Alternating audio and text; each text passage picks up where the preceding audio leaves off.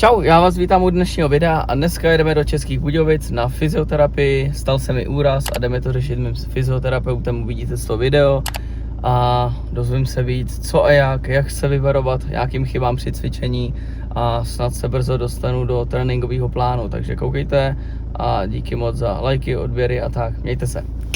Čau, já se jmenuji Lukáš a pracuji jako fyzioterapeut. Sídlím tady v Českých Budějovicích na Sedmvážním náměstí a dneska se potkáváme s Davidem kvůli jeho kolenu. Jsem zvědavý na to, co mě čeká, údajně nějaký problémy s meniskem, tak se na to podíváme. Já osobně se věnuju celý široký populaci, věnuju se i sportovcům, mám v péči jak hobíky, tak profesionály. Věnuju se nejenom té sportovní části fyzioterapie, té akutní, když jsou nějaký jako fakt třeba natržený svaly, zablokovaný žebra, ale děláme s lidma i ten přesah do sportovní scény, konec fyzioterapie, začátek tréninku. Takže bychom na to dneska chtěli s Davidem kouknout nějakým způsobem komplexně, udělat si aspoň zběžný vyšetření, terapii a nastavit nějak rehabilitační plán, aby se mohl brzo vrátit do zápasu. Tak jo, Luky, proč jsem tě kontaktoval? Už se mi vylečilo rameno a teď mám jeden jediný problém, koleno. Víš, co se mi právě stalo? Zmiňovali jsme menisky, ale potřebuju detaily. Povídej. Před 5 týdnama jsme měli natáčení s Carlosem Bendou, šampionem kleše, jo. Okay. A jeli jsme ke konci videa brazilský jiu-jitsu normálně, jo, šli jsme na zem, jo, a jak prostě, nevím, jak jsem boxer, takže nevěděl jsem co a jak, on mi ještě říkal Carlos bacha na nohu, jenže já tu nohu tam nechal, takže se mi vlastně udělalo, jo, že jsme padali a celý koleno šlo do boku a už jsem cítil taky to křupnutí, no, jako já jsem stát mohl, ale pak už se mi to koleno, jako ten meniskus cvaknul a šel jsem k zemi, jo, takže tam je ten problém, že vlastně jsem musel zrušit všechny zápasy a takhle a 5 týdnů to mám, už je to lepší, už můžu aspoň chodit, ale měl jsem 4 týdny ortézu, takovou tu kovou, co jsem měl nohu jenom furt takhle a na noc vždycky jsem jí dával pryč, ledoval jsem, bral jsem injekce proti trombóze, proti srážlivosti krve a rentgen mi ukázal, když jsme jeli na pohotovost druhý den, že nic nevidí, jo, ale já jsem si radši dal jako magnetickou rezonanci, což mě čeká 23.3. v Prachaticích magnetická rezonance a tam se po případě dozvím víc, takže teďkon je na tobě, co mi poradíš, jaký cviky, čemu se vyvarovat Hele, já si budu takhle ťukat nějaký poznámky, kdyby si mi potom psal, nebo jsem měl nějakou konzultaci online, abych věděl, co jsme spolu dělali, jo. Stejně jako u toho ramene. OK, říkali jsme 5 týdnů zpátky, byl dělaný rentgen, což je základ, to je fajn, tam aspoň víme, že jako kosti struktura jsou OK, ale magnetická je dobrý krok, protože rentgen ti neukáže stav jako menisku, vazu a tak dále, jo. Ty máme za 2, za 3 týdny, do té doby určitě nějaký plán nastavíme. Co mě by teď zajímalo, a budu mít ještě pár otázek. Za těch 5 týdnů ten stav se nezhoršuje. On se jako zlepšuje, upravuje se sám, jo? Jo, vždycky po nějakém týdnu se ten pokrok jako toho kolena, jo, že už jsem jako fakt ty 4 týdny jsem jako to koleno měl zafixovaný, nehnul jsem s tím, jenom vždycky mi řekli doktoři, že mám vždycky na večer, když půjdu spát nebo když půjdu do sprchy sundat, ale opatrně. A tak, vždycky ledovat předtím, protože mě to koleno jako druhý den hnedka, co jsem měl na tu pohotovost, nateklo, jo. Já jsem si myslel, že to bude dobrý, že to nějak rozchodím, no ale druhý den. Jo, to je klasika. Teď teda si odložil, vidím, že na kolenu už nic nemáš, funguje s tím jako bez problémů? Mám tam jenom takovou tu šprcku jenom když na třepy do fitka, aby mi to jako tahalo. No. Denní činnosti, běžný denní činnosti, jako zvednout se ze židle, chůze do schodů, ze schodů. To je v pohodě. To je všechno v pohodě. Když udělám nějaký třeba blbej krok, jo, když třeba jdu do dveří a udělám nějaký krok, jako když už trošku dám tu nohu do boku, tak už jenom cítím trošku takový to pohnutí, že už to bolí. Tohle přímo popisuješ i takový hrozně jednoduchý test na meniskus, který když vtočíš to koleno dovnitř, děláš takovou rotaci, tak bývá pozitivní. Hele, mám vědět, že bylo někdy nějaký jinak zranění? Při boxu? Myslíš na kolenách tohle? Ne, nikdy. Nikdy se tady poprývám nohy. OK, co kotník kyčel? V pohodě. Taky v pohodě, jo, to je na té straně. Tak fajn. A museli ti z toho tahat vodu? Nebo zatím ne, ale cítím jako, že to je takový to že prostě, topne. Jo, že to pne a že to je jak z jedné, tak z druhé strany, pravá, levá, jo, že to je takový jako vodnatý. Takže je možný, že mi třeba tam odeberou, jo, nějakou vodu v koleni. Uvidíme. Já si myslím, že teď už by to bylo docela dlouho, to by se to musel s tím zrpnout nebo pohnout jako znova, aby ti punkci dělali po 5 týdnech, ale jako vyloučit to nemůže, má šance je malá.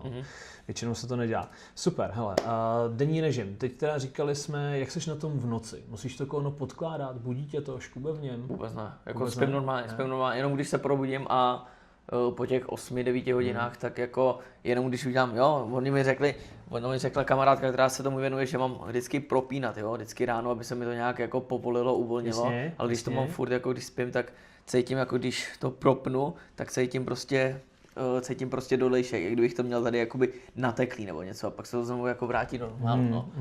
A jinak jako denní činnost, když jdu cvičit, tak si jako dávám pozor na té bázi toho, že jako nemůžu jet dřepy a takhle, takže odsaď cvičím kamenělinu prostě, že se mi zvedá jako hůř trošku nahoru a když to propnu úplně dolů, tak cítím, jako jak se to koleno napne, je úplně dole. No. Jo, dobře.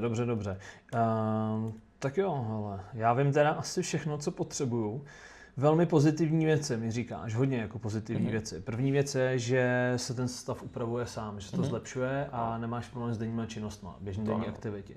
Jsou tam cílený konkrétní pohyby, které ti vadí, to ukazuje na konkrétní jako poškození tkáně, která se zřejmě hojí, ale ono si musí dovyšetřit, jaký máš jako limita, jak se postavit trénink. A to mi ukáže ta rezonance, že jo, všechno. Nebo... To by ti měla ukázat rezonance, přesně tak. A ta je na to jako, řekněme, nejlepší. Problém je v tom, že to popisuje člověk a občas i ten člověk něco přehlídne. Jasný, ale... jo. OK.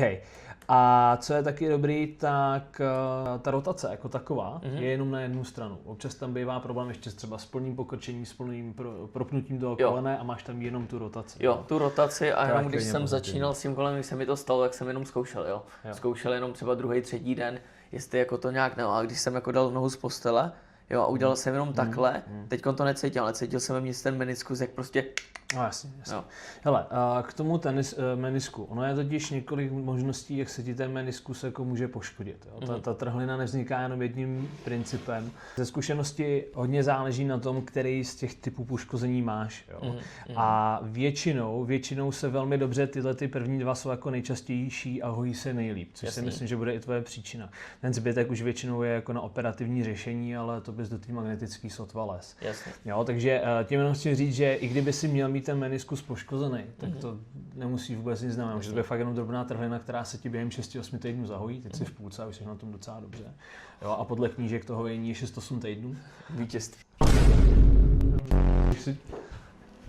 Tady začneme vzadu, tady je nejvíc místa.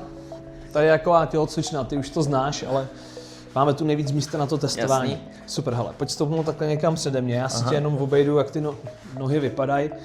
No ještě je tam vidět drobnej otok, už jenom takhle jako od pohledu. Ty jsi pravák, víš vlastně? Jo. No, budíš. Hele, ale není to jako zlý, to co tady vydávám, ty kolena bývají daleko horší. Tohle je mýho tahu, který ty potom jako cítíš, jo? Jo. Dopředu, jak to nemám moc zkreslený. Hele, test dvou vah, máme tam 35 na 33, 34. Dobrý, můžeš dolů. Hele, takhle. Výsledek toho testu má být do 10% tělesné hmotnosti, což se vyjde. Standard v populaci, co já tady normálně vidím, jsou 2-3 kg rozdíl. Jo? A ty máš o 2 kg dokonce víc na tu pravačku, což pravá. Jo. Jak takhle to většinou bývá. Jo, důležitý je, že to není o 10, o 15. To by odkazovalo na to, že tam třeba poškozený fakt meniskus nebo vás a to tělo to hodně jako šetří. Jo, další dobrý výsledek. Tak jo, máme ultrazvuk, který funguje trošku jinak než ten rentgen. On ti ukáže stejně jako jsme dělali u toho ramene, ukáže ti prostě stav měkkých tkání, šlach vazů, svalů, úponů a tak.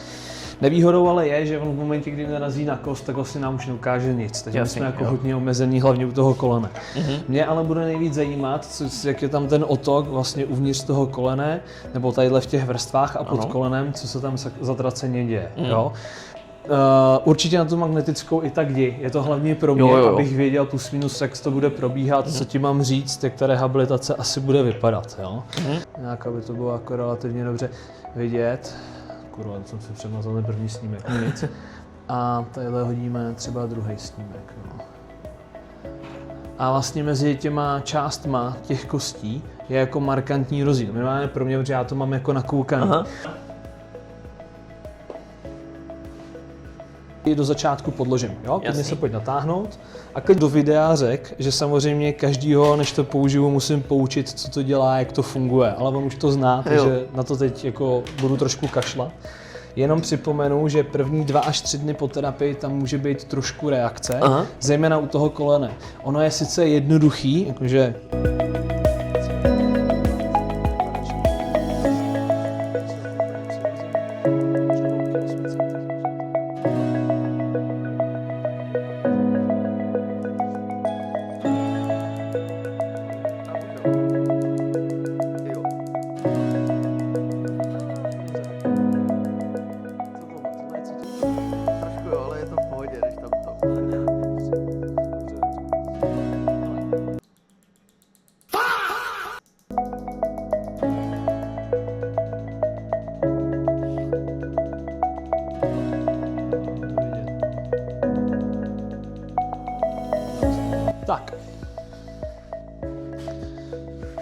budeme mít 2 typy cviků. Aby si dal jednou za 2, za 3 dny, můžeš zase i denně po malých dávkách po 1-2 opáčkách. Aha. A když to dáš jednou za 3 dny, jednou za 2 dny, dej si větší objem, jako by si trénoval party a trošku se to snaž unavit. Jasně. Varianta číslo 1 bude nějaký izometrický zapojení hamstringu. Aha. To znamená, že buď si o něco tu nohu jako zasekneš, aha.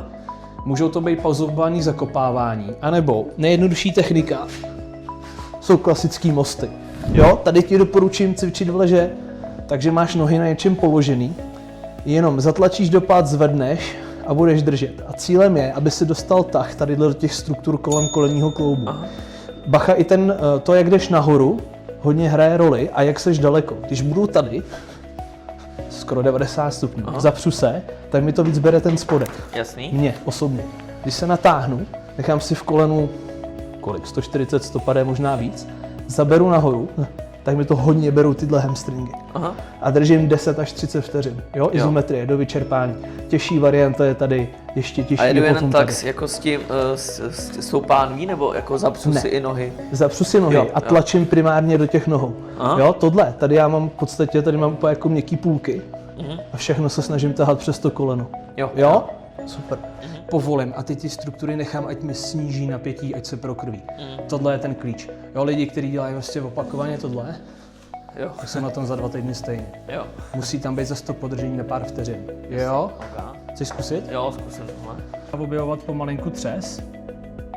Jo, cítím. Jo, cítíš, super, protože tenhle sval, sice oni se tam střídají jako vlákna, on se neunaví, ale ten úpon se dostává hodně pod tah, hodně se prokrvuje a tím ho vlastně sílíš, to je to, co ho jako posouvá. Aha. Jo, a zase odpočineš, necháš tomu půl minutky, minutku a zase potom jdeš po záď. Tréninkem, abys viděl, kdy, co a jak cvičit tu izometrii, to dostaneš do Instagramu. Okay, jo? A to všechno, dotazy? Dotazy asi žádný. A pojďme shrnout, já shrnu dnešní video, takže v dnešním videu jste mohli vidět, jak se Luky tady postará o moje bolavý koleno. A co by se na to zkázal ty, Luky? Jak se mi cvičilo? To jsi byl vzorný pacient, přiznala. Dobrý to bylo. Já přijdu. Děkujeme za tohle video, sledujte Lukáše, Lukáš bude mít v popisu jeho Instagram, můžete ho sledovat. A kdokoliv bude mít problém nějaký, kontaktujte Lukyho a domluvte se s ním na terapii. Že jo? Jo, děkuji, že jste se dívali, kdyby něco, kontaktem na mě teda asi bude. Nezávazná konzultace může být, ale jinak veškerou práci dělám tady, abych viděl, co mě čeká. Dáme sem odkazy, kde to najdete. Takže tak, my se tímto videem loučíme. Díky ještě jednou za moje ošetřený koleno, už můžu třepovat. A mějte se, fajn a u dalšího videa brzy naschle.